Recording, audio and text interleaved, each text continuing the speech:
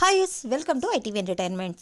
సంధ్య theatre ఘటన మరొక ముందే తిరుపతిలో జరిగిన తొక్కిసలాట ఘటన ప్రజలందరినీ దిగ్భ్రాంతికి గురిచేసింది.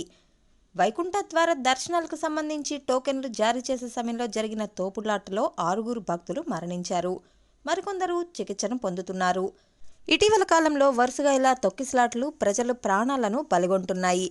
అధికారులు, పోలీసులు సమన్వయ లోపంతోనే ఈ ఘటనలు జరుగుతున్నాయంటున్నారు ప్రజలు. అలా కాకుండా అందరూ భయంతో పరిగెత్తడం, జనాలను తొక్కుకుంటూ వెళ్లడం వల్ల ఊపిరాడక ఎక్కువ మంది ప్రాణాలు కోల్పోతున్నారు అంటున్నారు అధికారులు, పోలీసులు. సరే, ఎవరి వర్షన్ ఎలా ఉన్నా దీనిలో ఎక్కువ మంది ప్రాణాలను కోల్పోతున్నారు. అసలు ఇలాంటి తొక్కిసలాటలు పరిస్థితులు మీకే ఎదురైతే, ఒకవేళ ఇలాంటి సిచ్యువేషన్లో మీరే ఉంటే ఏం చేయాలి అనే విషయాన్ని ఇప్పుడు ఈ వీడియోలో తెలుసుకుందాం. దానికంటే ముందు మీరు కనుక మా ఛానల్ని ఫస్ట్ టైం చూసినట్లయితే సబ్స్క్రైబ్ అవ్వండి, పక్కనే ఉన్న బెల్ ఐకాన్ని టచ్ చేయండి.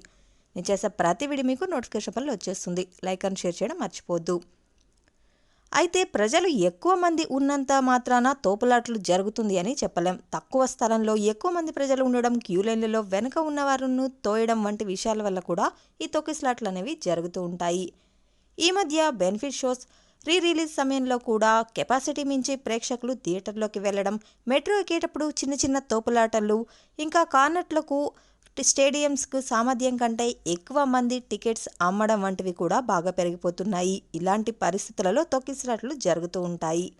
ఒక ఈవెంట్కి వెళ్లే ముందు అందరికంటే ముందుగా వెళ్ళాలి అని గేట్ దగ్గర ఉండొద్దు.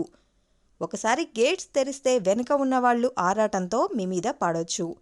మీరు వెళ్తున్న ప్లేస్లో ఎగ్జిట్ పాయింట్స్ ఎక్కడ ఉన్నాయో ముందుగానే చూసుకొని పెట్టుకోవాలి. తోపులాట జరిగినప్పుడు దగ్గరగా ఉన్న ఎగ్జిట్ ద్వారా ఈజీగా బయటపడవచ్చు. చిన్నపిల్లలతో ఎక్కువ క్రౌడ్ వచ్చే ప్లేసెస్కి వెళ్ళకపోవడమే మంచిది. ఇక తప్పనిసరి పరిస్థితుల్లో వెళ్తే అన్ని జాగ్రత్తలు తీసుకొని వెళ్ళాలి. ప్రభుత్వం ఇచ్చిన గైడ్ లైన్స్ని పాటించాలి. ముందు ఒక తోపులాట జరగబోతుంది అని మీకు అనిపించినప్పుడు 2 చేతులను మీ ఛాతీకి అడ్డంగా పెట్టుకొని జనాలు అందరూ ఎటు వెళ్తున్నారో అటువైపే చిన్నగా కదలాలి. అంతేకాని వారికి వ్యతిరేక దిశలో అసలే వెళ్ళొద్దు. ముఖ్యంగా ఇలాంటి సమయాల్లో గోడలు, బార్కెట్లకు దూరంగా ఉండాలి. మీ అడుగులు గట్టిగా వేస్తూ కదలకుండా ఉండాలి. ఒకవేళ పొరపాటున కింద పడినా వెంటనే పైకి లేసే ప్రయత్నం చేయాలి. లేదంటే మన మీద నుండి తొక్కుకుంటూనే చాలామంది వెళ్తూ ఉంటారు. ఒకవేళ కింద పడిపోయి ఉంటే, ఏదైనా గాయమయ్యి లేవలేని సిచ్యువేషన్లో ఉంటే చేతులను తలకి రక్షణగా పెట్టుకొని ముడుచుకొని తోపులాట సద్దుమణిగేదాకా మిమ్మల్ని మీరు కాపాడుకోవాలి.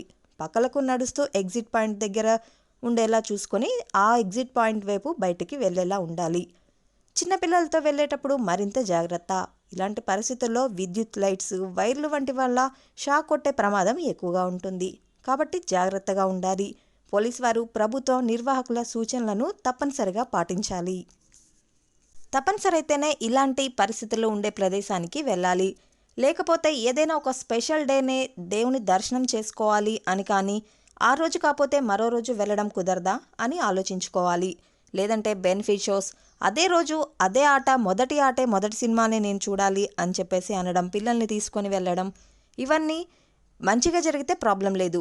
కాకపోతే ఏదైనా జరిగితే మన మీదే ఆధారపడి ఒక కుటుంబం ఉంది, మనకేదైనా అయితే ఆ కుటుంబ పరిస్థితి ఏంటి అని ఒకసారి ఆలోచించుకొని తర్వాతైనా చేసుకోవచ్చు కదా అనే ఒక ఒపీనియన్ ఉంటే మాత్రం వెళ్ళకపోవడమే మంచిది. It's purely personal my opinion. నేను చెప్పిన విషయం మీకు కరెక్ట్ అనిపిస్తే లైక్ చేయండి. Thank you for watching this video.